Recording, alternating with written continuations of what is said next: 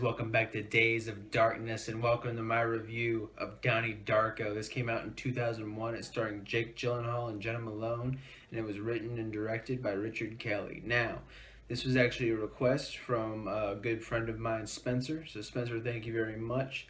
This was one of the films, as I previously stated, I'd never seen this before this first watch, and this is one of the films he was really egging me on to watch. And finally, I went ahead and did it, and holy hell, I'm glad I did. This movie kicks ass. The spoiler free section is actually going to be pretty short this time around because I don't really know what to talk about as far as like spoiler free content, because to me, I went into this movie blind. I am a big believer in that. I'm a big believer in not reading the backs of fucking cases and shit like that. I don't like doing that stuff, especially if it's something that's so highly regarded and recommended. I was so blessed to not know anything about this film going in. I knew nothing. I knew Jake Gyllenhaal was in it and that there was a fucking big ass rabbit. That's all I knew. And I would not regard this as a horror film necessarily, so it kind of strays away from the theme of this channel. However, this film needs to be talked about or spoke. This film needs to be reviewed, and that's what I'm here to do. Damn it! But man, I don't even know where to begin. I mean, this film is just a very, like I said, I don't want to talk about anything without giving that spoiler warning because there's so much shit in here that I think needs to be experienced in the film. It's very rare that I get just. I mean, I pay attention to movies, but it's so rare that I'm able to just hone in and just absorb a movie for everything it's worth. And typically, I try to take notes, but with this, I took a little bit of notes. Not gonna lie, I didn't take any notes, or well, I didn't not take any. I think I said that right. I took some notes, but at a certain point, I just got sucked into this film. It is so fascinating, especially on your first watch. I do recommend the director's cut. I do not recommend you watch the theatrical version. I have not seen the theatrical version, but Spencer's a guy whose opinion on film I really respect. We don't always necessarily agree on everything in movies, but damn it, he knows what he's talking about when it comes to films. And he said, "Do not watch the theatrical version. Watch the director's cut." I watched the director's cut, and I think it's perfect. I wouldn't take anything out of it, which is what the theatrical cut does. Is it takes some shit out of it. It's a little bit of a longer watch, but damn it, I think it's about 2.5 hours long. But man, it first of all it flies by, and it's just incredible. It's just such a cool, fascinating, fucking weird movie, and I adore it. I can't wait to watch it again at some point. And it's just fucking great.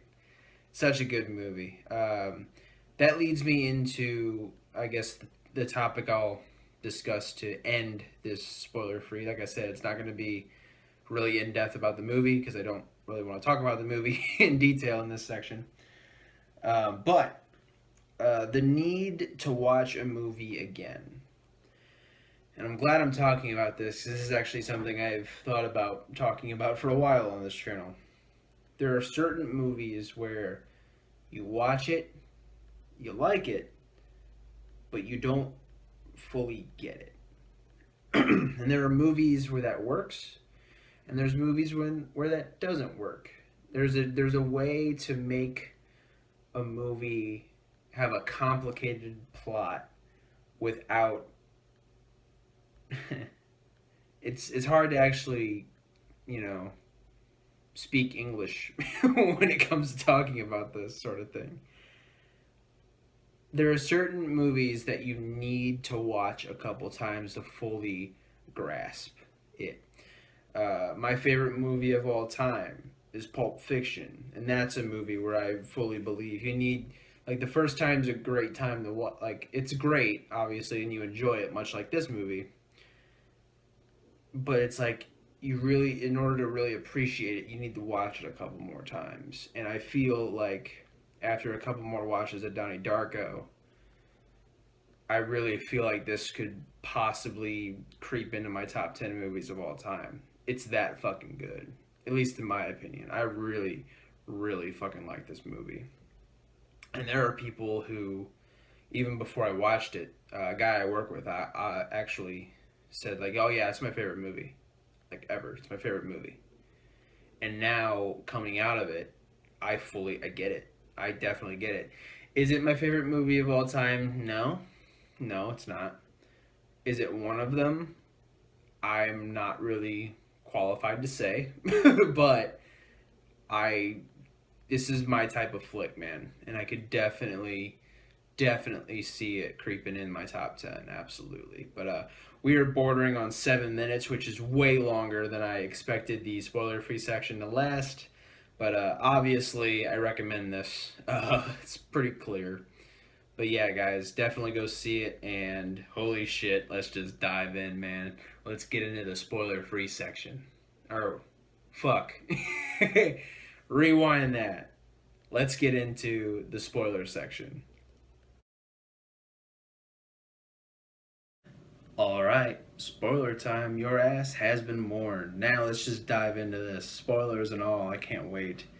Let's talk about Donnie first as a character.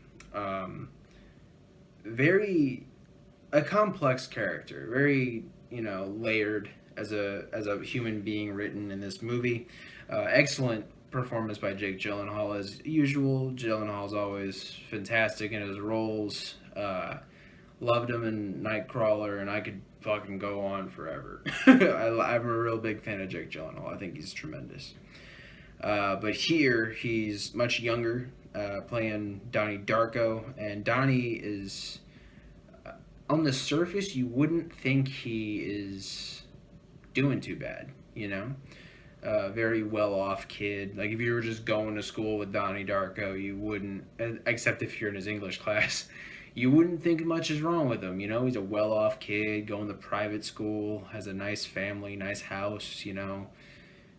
I mean, shit, what's not to love? But the problem is he's dealing with a lot of angst, a lot of anger, a lot of mental issues going on with him. It's established right off the rip from the opening of the film that he is struggling with sleepwalking and a lot of bad dreams, a lot of just he's very clearly depressed. Has a very negative outlook on the world, and just when talking about literature in his English class and stuff like that, he's just very somber as a person, which works. There's a potential for a character like that to be almost too whiny or too, just too much of a brat. And I'm not going to act like Donnie's the most upstanding individual in the world. He's really not.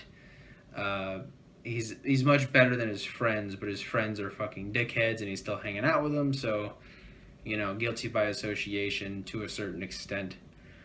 But yeah, as a character, I really like Donnie. So with all these issues that he has just in his regular life, he has decided to stop taking his medicine, which leads to some dissension between him and his mom. Calls her a bitch. Just, you don't understand, yada yada yada, and all this, the typical stuff you would hear a teenager say. And he starts getting visits in his dreams from a gentleman, or a gentle rabbit, I should say, called Frank the Bunny. And man, Frank the Bunny's a spooky ass dude. Really cool looking. I'm actually looking at it now on my screen. Really cool looking mask, almost like a silver kind of hue to it. And then it obviously has a kind of bunny onesie costume looking thing. And just a cool looking character. I really like him. And he's warning Donnie of the end of the world, and Donnie has to find a way to stop it, which, if he's not already going through a rough fucking time, this is gonna just send him over the edge a little bit. And so for the entire movie, you're kind of wondering, like, okay, is this shit legit, or is Donnie just crazy?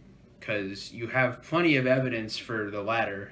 I mean, it's clear he's already having mental issues. So then when this bunny is telling him, hey, go flood your school, and hey, go burn down this motivational speaker's house, which we'll talk about in a second, and Donnie starts looking in the time travel and all this crazy shit, and you're like, okay, is this guy just crazy, or is there something more going on here? And that's kind of the question you have, at least on your first viewing throughout this entire movie, which does, it does kind of, this is why a second viewing would be beneficial, because, spoiler alert in the spoiler section, he's not crazy, and there is more to this than him just being some crazy kid. So then that's when the second watch would be beneficial, because then you can kind of stop asking yourself that question as the viewer, and then you can start looking into the small intricacies within the film. Anyways, but yeah, very, very cool first viewing, and I'm glad I got to have that experience of asking that question. Really looking forward to the next viewing. Sex viewing? Anyways. But Donnie's a really cool character. He does find some redemption in the end, in the very end, and it's sad, it's somber, but I shouldn't say redemption, because really he's not a bad kid. He's just in with a bad crowd of these two fucking dickheads, and he's also just very, as a viewer, you're wondering, is this dude crazy? And, what the fuck ever. Anyways, I'm rambling. And the characters surrounding Donnie as well, are also almost just as interesting. You have his family, which, like I mentioned, are very distant. They're very... How do you say this? They're very just... They care about him, and it's clear they care about him, but there's a disconnect there. I'm not quite sure how to explain it. I'm not a family therapist, but you can just tell on the surface within that household there's just something not right, which does not help his mental issues whatsoever. You then go into like I said, his friends who are just fucking acting like pieces of shit, teenager shit too, being overtly racist without, I think they realize it, but they don't really understand, like, what they're saying. And yeah, like, there's these two fucking school bullies who are, like, literally at one point trying to kill Donnie Darko. Like, actually 2 points in this film. One's threatening to kill him, and the other one actually pretty much about to kill him until, the ending happens. But, so we get Gretchen Ross, who is Donnie's love interest and also kind of his moral opposite, because Donnie's very, very blah about the world. He has a very negative outlook on a lot of things. There's a very cool scene, underrated. Well, I don't know about underrated. I just, looking into reading some of this stuff, not a lot of people talk about this scene, and I really like it. Or at least, I shouldn't say reading and talking to people about this movie. People don't tend to bring this up, but I really like it, is what I'm trying to say. Seen in his English class where they're talking about Animal Farm, and he can't connect with the characters because they're animals. And he just isn't able to connect with them. And, Gretchen kind of has his moral opposite, which is interesting because they're in love, or, whatever it means to be in love in high school. Anyways. But she serves as a moral opposite to Donnie. So a very cool character. Also a good performance by Jenna Malone, and she even has a really cool backstory, or I should say tragic. I'm going to get the details messed up, but just a lot of family drama and a lot of her stepdad. They have a restraining order on their stepdad. She's in witness protection, which you're not supposed to tell people about, I'm pretty sure. But she just straight up is like, yeah, I'm in witness protection. And Donnie's like, oh, okay. But But real cool character there. And we have Jim Cunningham, played by the late great Patrick Swayze, who's very. I love like the motivational tapes that the teacher shows the class in this movie. Just fucking hilarious shit. Uh, he has some sinister undertones though. He gets outed as being a fucking pedophile, which if you need to know anything about me, it's probably one of the worst things you can be in my book. So no love for Mr. Cunningham from me. No love for that man at all. But which is pretty sinister because he actually, I think he's a rich ass fucking motivational speaker, and so he has this. I think he ends up sponsoring one of these like this dance troupe of which Donnie's little sister is a part of. Which, if you know anything about his, as we find out, he's a pedophile, so that there's a lot of sinister undertones there. Which that's probably the most disturbing aspect of the movie for me. But yeah, a great performance by Patrick Swayze, though. I think he does a really good job with what he's given here. I love the exchange between Cunningham and Darko at the assembly. I think that's a really cool. Just him calling. He's like, Donnie's like, I think you're the fucking Antichrist. It's like just very very harsh words, but a lot of them end up being true. Not the literal Antichrist, but pretty close to it if you ask me. But really cool stuff there, and I could go on about the characters all day. I think they're all written beautifully. The English teacher, played by why am I having a hard time remembering her name right now? I really shouldn't. Drew Barrymore. Cool performance from her. She also has a lot of cool moments with Donnie as far as his character development is concerned, and again, I don't want to just unpack everything because in the off chance you haven't seen this movie, which I know probably a lot of people I associate with probably haven't, I definitely encourage people to watch this movie. But anyways, on to the ending. So, as I've said, from the moment I totally forgot to mention this. All the crazy shit starts happening. I can't believe I forgot to fucking mention this. All of the crazy shit starts happening to Donnie as soon as this jet, like this piece of a plane. I'm not a plane guy. I don't fucking know, but it's the barrel part, the circle part, the fan. We'll call it an engine. I don't fucking know, but that just fucking falls right into his room, and he was sleepwalking at the time. So he wasn't in the room, or else he would have fucking died. And so right from that point, shit starts going wrong. Just completely fucking wrong. That's when I don't remember if Frank the Bunny had visited him before that. He probably had, and then that happened. The order of it's kind of messed up, but as soon as that happens, shit really starts hitting the fan.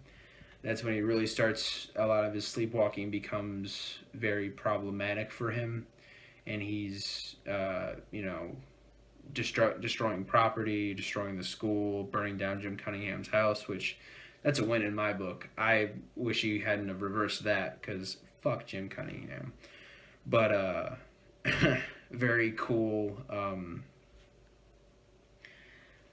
scene there. Anyways, I'm getting off track, but really it all winds down to the end. It's Halloween. I think it's Halloween night, and they're having a Halloween party.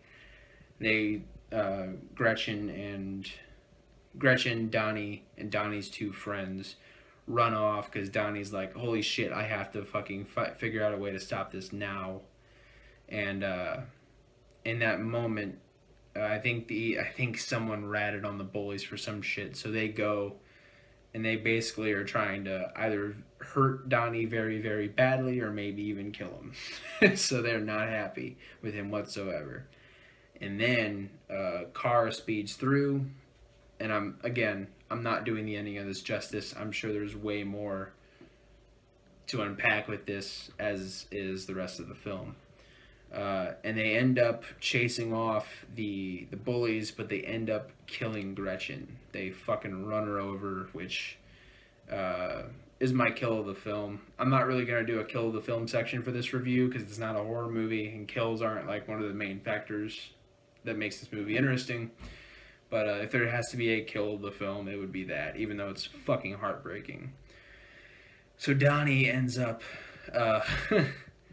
seeing who was behind the wheel, and it's just some dude. I think he's in a pirate outfit, and his buddy, who is in the fucking the Donnie, not the Donnie Darko costume. What the fuck am I talking about?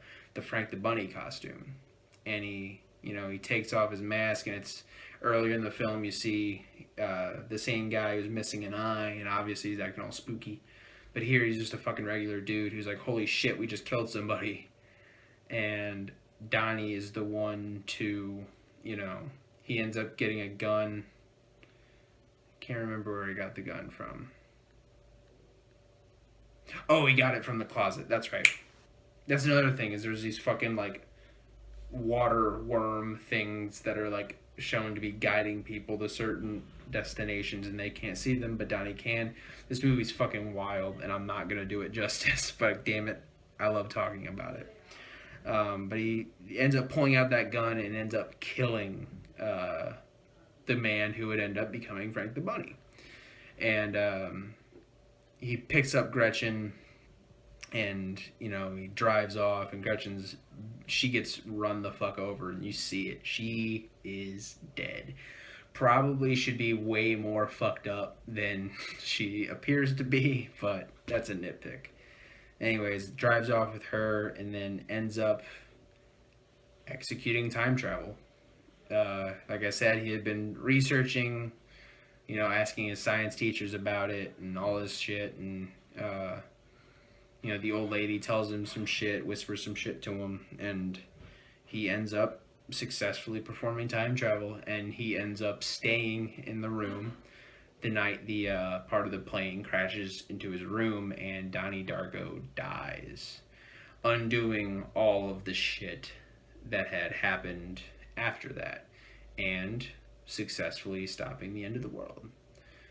And there's a lot of ending scene, so fucking Jim Cunningham isn't outed as a pedo, so it has good benefits, like Gretchen's back, Gretchen's alive, hooray. However, Jim Cunningham isn't, exposed as being a fucking pedophile and a piece of shit fucking motherfucker. Don't be a pedophile. Anyways.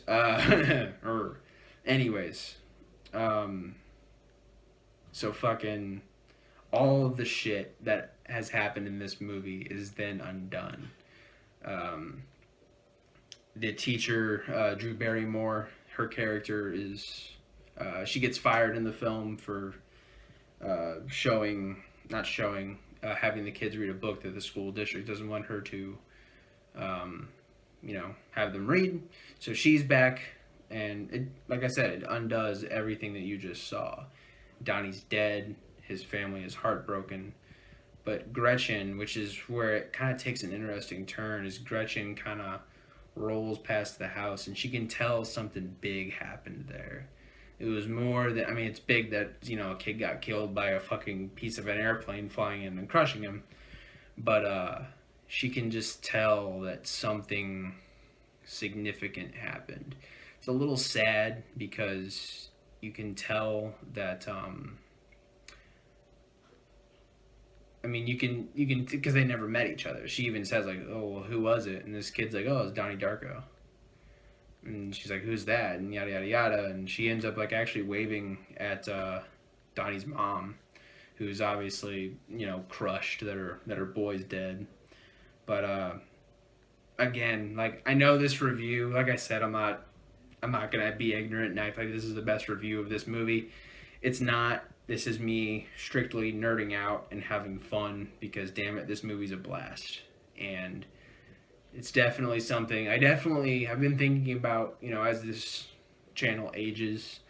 I definitely want to do a revisited series where I talk about a high tension, or I talk about Return of the Living Dead or Train to Busan or any of the other movies I've reviewed already on this channel. and I definitely want to go back, especially with one of the more intricate ones. This would probably be the first one. I definitely at some point want to do a revisited on this. Uh, Not sure when that's going to be, but I definitely want to give this the review it deserves. This most certainly is not it. There's so much more I could talk about. This review is already going to be pretty long.